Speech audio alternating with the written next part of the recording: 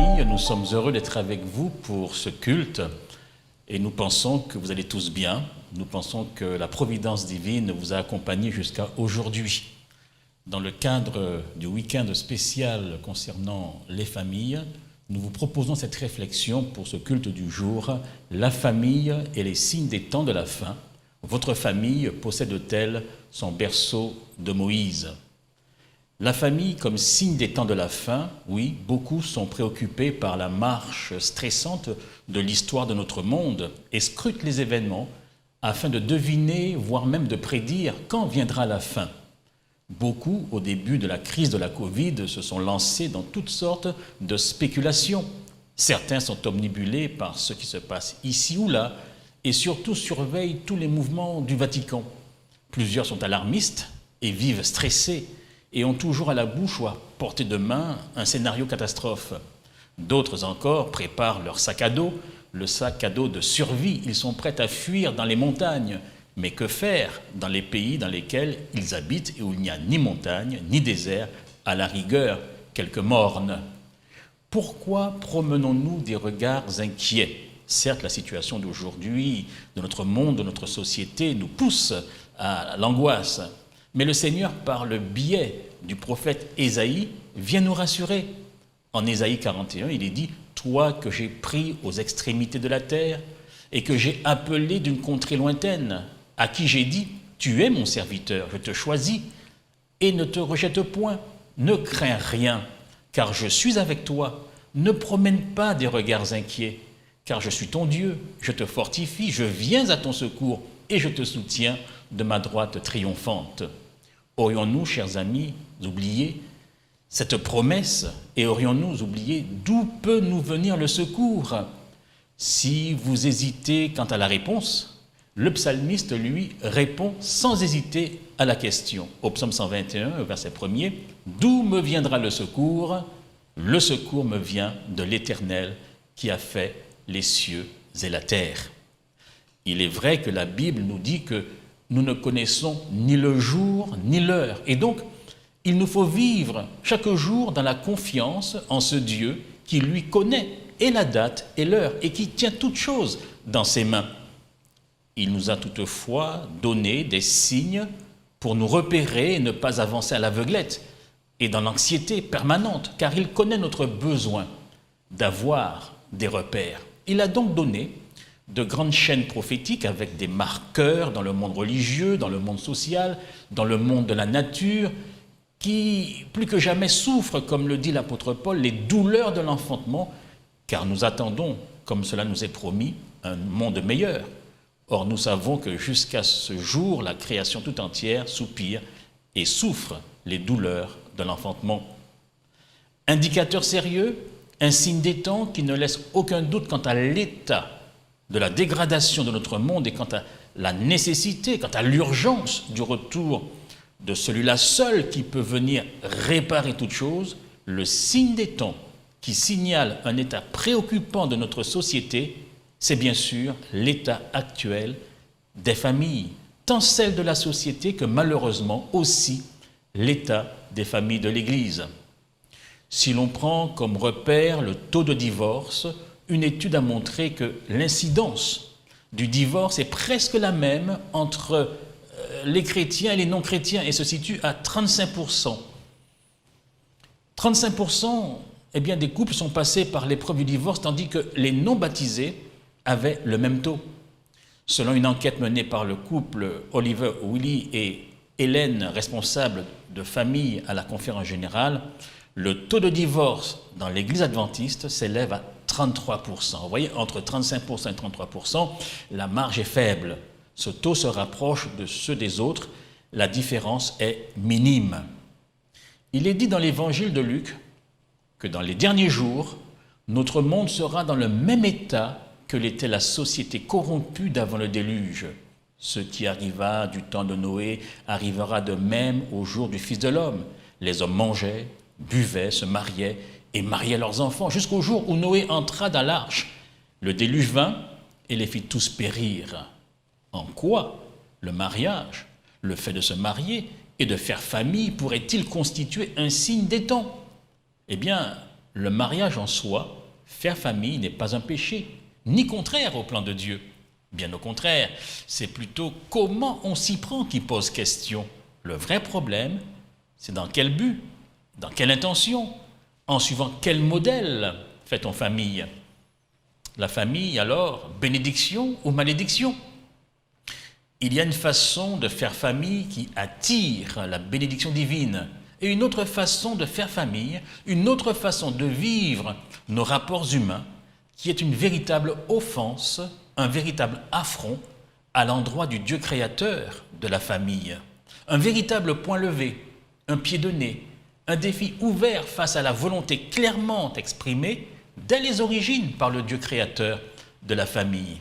Et c'est en ceci que la famille aujourd'hui est un indicateur, un signe des temps qui indique jusqu'où le monde est allé dans sa dérive, dans son opposition à la volonté divine et de ce fait, la nécessité pour ce Dieu créateur de venir mettre un holà, un terme à cette désobéissance revendiquée par un monde qui ne reconnaît aujourd'hui ni Dieu ni maître. Les dérives, on les connaît. On a connu la famille polygame. Les conséquences de ce système d'organisation familiale sont déstructurantes et catastrophiques pour l'enfant, pour ceux qui vivent dans ce système, et ont été dénoncées avec lucidité par un auteur africain, Sawadogo, économiste au Burkina Faso, de culture islamique, dans son livre « La polygamie en question ». L'auteur présente pas moins de 8 arguments, lui qui est de culture musulmane, contre la polygamie. Premièrement, c'est un frein au développement économique. Les enfants sont entravés dans leur scolarité. Elle permet, cette façon de vivre, de criantes injustices et discriminations du fait de la pauvreté. Les garçons sont privilégiés par rapport aux filles. La polygamie ou le polygame abandonne et laisse chaque femme se débrouiller pour subsister. La qualité de la nourriture dans les familles polygames est carencée. Elle favorise le placement ou l'abandon d'enfants par incapacité de la famille polygame. Le milieu polygame est un milieu anxiogène, tension, rivalité, faible niveau d'épanouissement de la femme. Et en 8e position, la polygamie transforme l'homme en étalon, en géniteur irresponsable et dépassé. À l'intérieur des familles qui s'éloignent des recommandations, des prescriptions bibliques, il n'y a pas que la polygamie, mais tout système qui ne se colle pas à ce que enseigne la parole de Dieu et l'Évangile. Dans ces familles, la femme et les enfants sont le plus souvent abusés à l'intérieur d'un système patriarcal entretenant l'inégalité et la domination. Fut un temps où dans les familles on faisait des enfants pour avoir simplement de la main-d'œuvre. Les enfants n'étaient que des variables d'ajustement économique. Notre propre histoire antillaise a connu ces heures sombres où les familles étaient disloquées, explosées, démembrées, avec l'incapacité de faire famille de façon humaine et biblique. Ces familles engendraient des êtres humains réduits à l'état de bêtes, simples cheptels, subissant sa déshumanisation, résultat de la traite et du système esclavagiste inique de la plantation. Puis la société évoluant, se libérant et s'affranchissant de toute subordination, c'est depuis peu le retour du balancier avec ses justes revendications, de ses droits, de ses libertés, mais malheureusement, construisant sans Dieu, loin du plan de Dieu, notre société confond les règles positives et protectrices de Dieu avec l'autoritarisme de l'oppresseur et ainsi jette malheureusement pêle-mêle, hélas, le bébé avec l'eau du bain. Une société qui rejette le plan de Dieu créateur de la famille est en faillite. C'est aujourd'hui loin du plan de Dieu, en s'autorisant toutes sortes d'arrangements et de configurations dites libres, qu'elle laissait à l'appréciation de chacun la liberté de mener sa vie à sa guise. Chacun fait sa sauce. On a vu apparaître l'union libre avec ses conséquences néfastes, étrangères au plan de Dieu. Un vécu de la sexualité aux configurations dites libres, aux arrangements variés et variables, du coq libre dans le poulailler libre, on est passé à l'échangisme, à l'homosexualité, aux femmes revendiquant le droit du ventre et déclarant pouvoir se passer du père en réaction au patriarcat qui les avait longtemps abusés. Le résultat est que, plus que jamais, les couples aujourd'hui ont du mal à faire couple. Les familles ont du mal à vivre dans l'harmonie et dans l'amour. Nous avons proposé d'ailleurs une réflexion sur ce sujet dans notre livre pour bien penser le couple et bien penser la famille.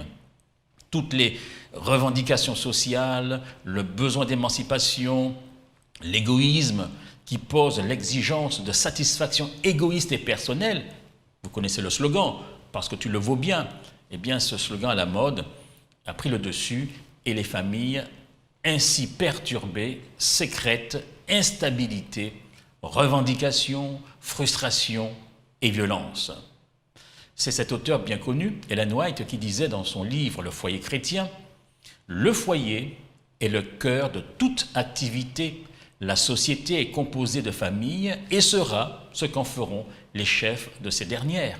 C'est du cœur que procèdent les sources de la vie. Et le cœur de la famille, de l'Église ou de la nation, c'est la famille. Le bien-être de la société, les progrès de l'Église, la prospérité de l'État dépendent des influences familiales, comme c'était bien vu. On est entré dans un cercle vicieux, les familles vont donc mal, donc la société se dégrade. La société étant dégradée, les familles vont mal. C'est un cercle vicieux. L'avenir est bouché et bien considéré, il n'y a pas grand-chose à espérer. La famille est donc l'illustration de ce qui se vit, de ce qui se passe dans la société. Elle est donc un signe des temps et on est face à un monde sans solution. Aucune politique sociale et familiale n'apporte de vraies solutions, de vrais remèdes, si ce n'est des pansements sur une malheureuse jambe de bois. C'est pourquoi notre société, notre monde ont besoin d'un sauveur. Nous ne pensons pas qu'il y aura de retour possible en arrière, c'est trop tard, ou de prise de conscience collective amenant à un changement positif, ce qu'on aurait espéré. La Bible nous en avertit. Il en sera comme au temps de Noé. Et elle avertit que les pensées des hommes se tourneront de plus en plus vers le mal. Nous pensons donc que c'est individuellement que cela se joue. Chaque famille, chaque foyer, chaque personne doit se sauver pour soi-même. Pour éviter les risques de destruction, il faut donc revenir au plan de Dieu posé à l'origine, qui est toujours valable et bénéfique pour ceux qui le mettent en place avec foi et obéissance. Il faut en faire l'expérience. Il y a encore de l'espoir, mais pour ceux qui veulent faire confiance dans le Dieu sauveur de la famille, tout comme le père, tout comme la mère du bébé Moïse ont gardé espoir en dépit de la situation critique, situation de crise extrême, situation bloquée dans laquelle ils se trouvaient et pour laquelle il n'y avait aucune solution possible.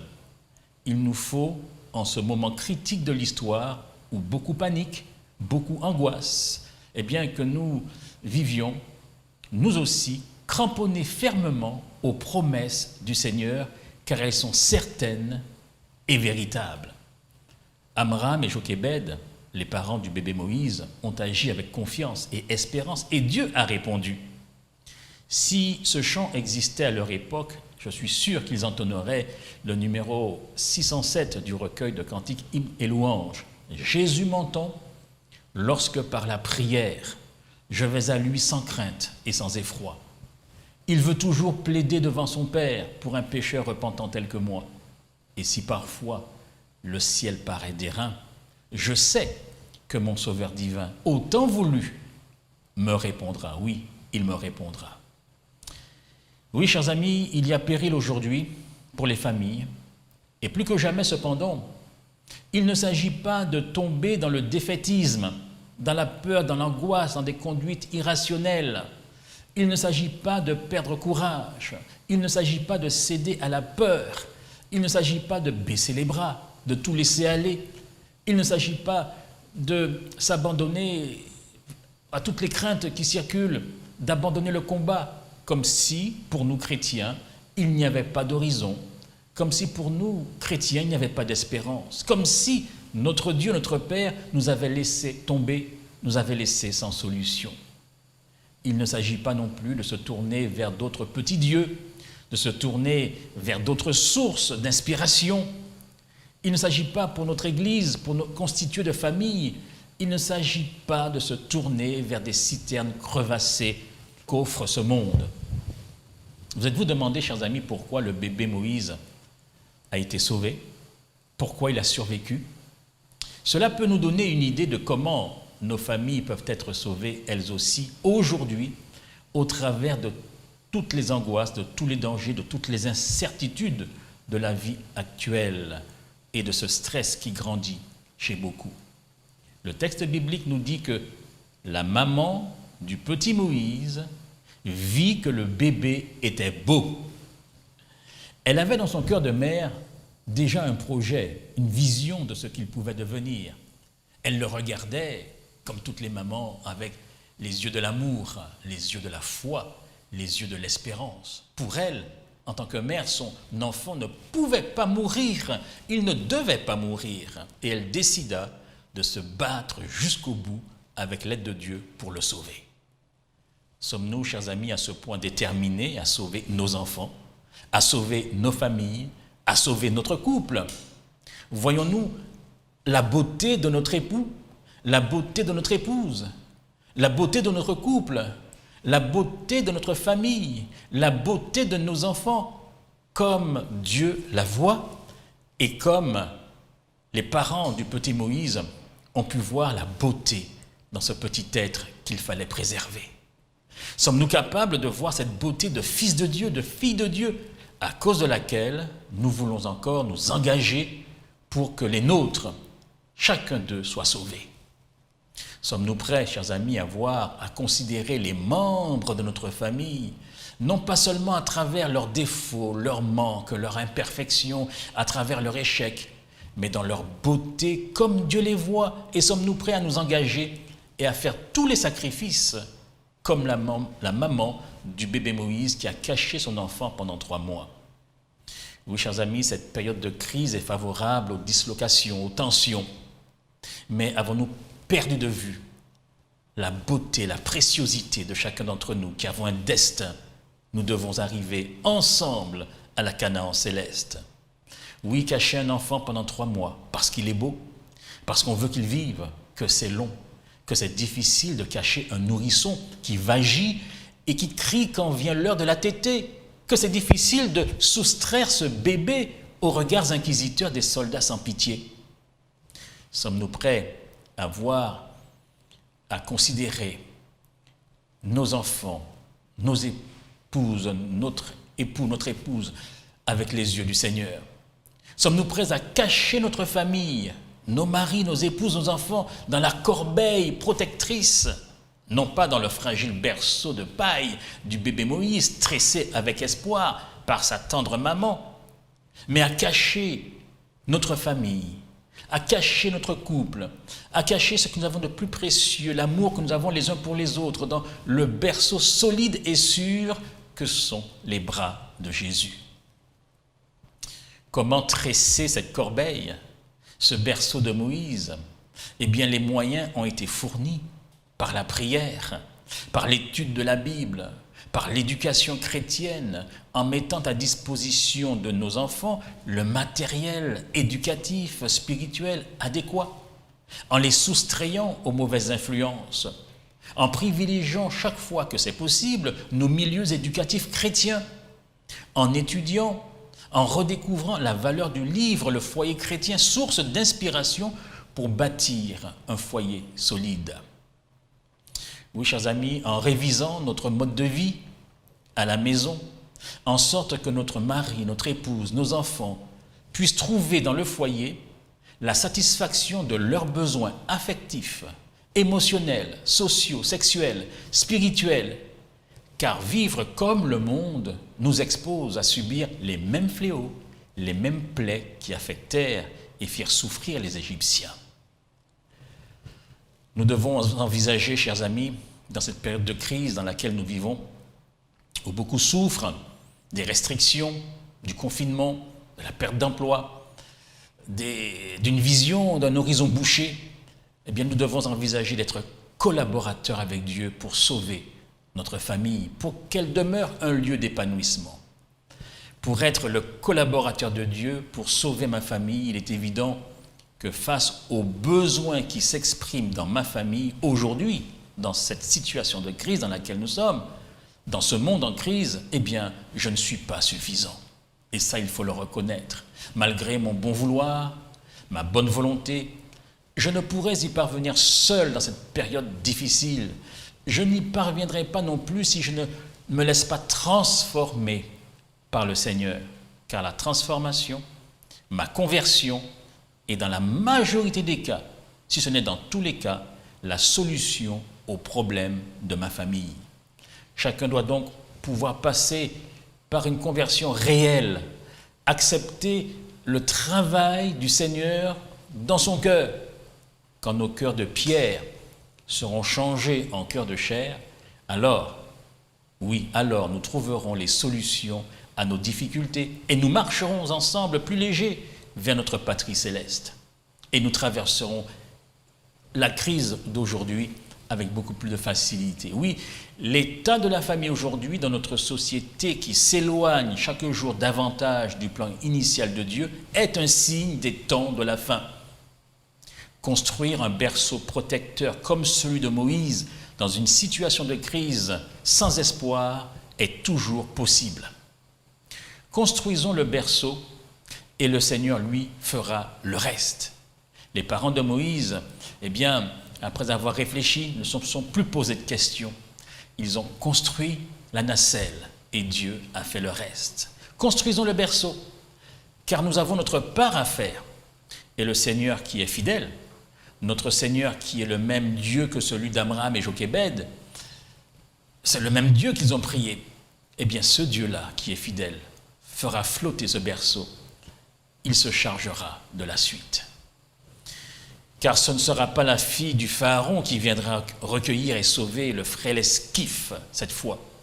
Ce n'est pas la fille du Pharaon qui viendra sauver notre famille cette fois. Mais c'est Dieu lui-même, le sauveur de la famille, qui sera à nos côtés, en personne, quand sa parole régnera au centre de nos vies. C'est lui, le Dieu tout-puissant, le Dieu de ma délivrance, qui sauvera ma famille, car c'est lui, le Père de toute famille, comme cela est dit dans l'Épître aux Éphésiens. C'est lui qui revient bientôt pour délivrer ma famille, pour délivrer toutes les familles. Il l'a promis et il le fera. Nous pouvons donc chanter ensemble le cantique au numéro 360 du recueil Hymnes et louanges. Dieu tout-puissant, Dieu de ma délivrance, je mets en toi toute mon espérance. Les grosses eaux débordent en fureur. Veille sur moi, soutiens mon faible cœur. Ah, quel ami pourrait sur cette terre me consoler dans ma douleur amère? Où donc aller si ce n'est point à toi? Toujours, Seigneur, tes bras s'ouvrent pour moi. Où donc aller si ce n'est point à toi? Toujours, Seigneur, tes bras s'ouvrent pour moi. Quelle que soit la difficulté, tension, problème financier, déchirement, délitement du lien amoureux dans le couple, problème entre les parents et les enfants. Oui, toujours, Seigneur, tes bras s'ouvrent pour moi. Le malheureux qui, dans son infortune, s'adresse à toi, jamais ne t'importune. Allez à lui, travaillez et chargés. Vous reviendrez guéris ou soulagés. Allez à lui, travaillez et chargés. Oui, vous reviendrez guéris et soulagés. Oh, si je n'avais cette foi consolante, je trouverais chaque peine accablante. Mais puisque Dieu me prête son secours, il n'est pour moi plus de fardeau trop lourd. Oui, puisque Dieu me prête son secours, il n'est pour moi plus de fardeau trop lourd. Eh bien, puisse le Seigneur, à l'occasion de ce week-end spécial, dédié à la famille, afin de nous permettre de restaurer nos liens, de puiser plus de force dans ce Dieu d'amour qui répond toujours, dans cette situation de crise, eh bien, puisse ce Dieu bénir toutes nos familles, particulièrement celles qui passent par la maladie, la souffrance, le deuil, ceux qui sont isolés. Oui, il y a de la détresse aujourd'hui, mais il y a un Dieu tout-puissant. Puisse ce Dieu tout-puissant bénir toutes nos familles en leur accordant, en cette période difficile, paix, courage, force, foi et espoir. Que Dieu nous bénisse tous.